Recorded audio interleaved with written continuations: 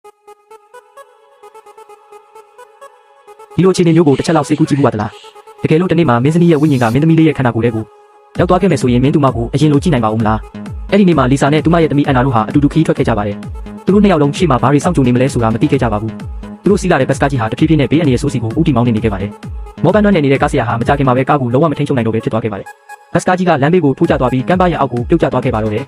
အဲ့ဒီအချိန်မှာပဲဒန်နီယယ်ဟာအိမ်မှာထုံးစံအတိုင်း TV ဖွင့်ပြီးညစာစားနေခဲ့တာပါ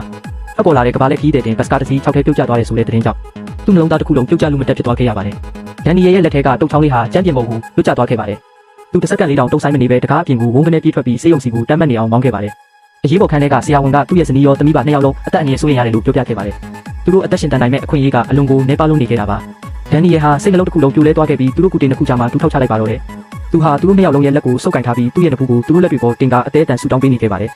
ဒါပေမဲ့နောက်ဆုံးမှာတော့လီဆာဟာမျက်ရည်တွေနဲ့တူကွယ်လွန်သွားခဲ့ရှာပါတယ်အဲ့ဒီအချိန်မှာသူတို့တင်းတင်းကြပ်ကြပ်ဆုပ်ကင်ထားတဲ့လက်တွေကြားထဲမှာမိမိနဲ့အနီရောင်လင်းတန်းလေးတစ်ခုဖြတ်ခနဲလက်သွားခဲ့ပါတယ်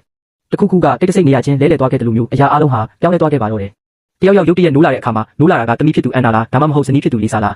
အဲ့ဒီအချိန်ကစပြီးဒန်နီယယ်ရဲ့ဘဝဟာဘယ်တော့မှအရင်လိုပြန်ဖြစ်မလာတော့ပါဘူး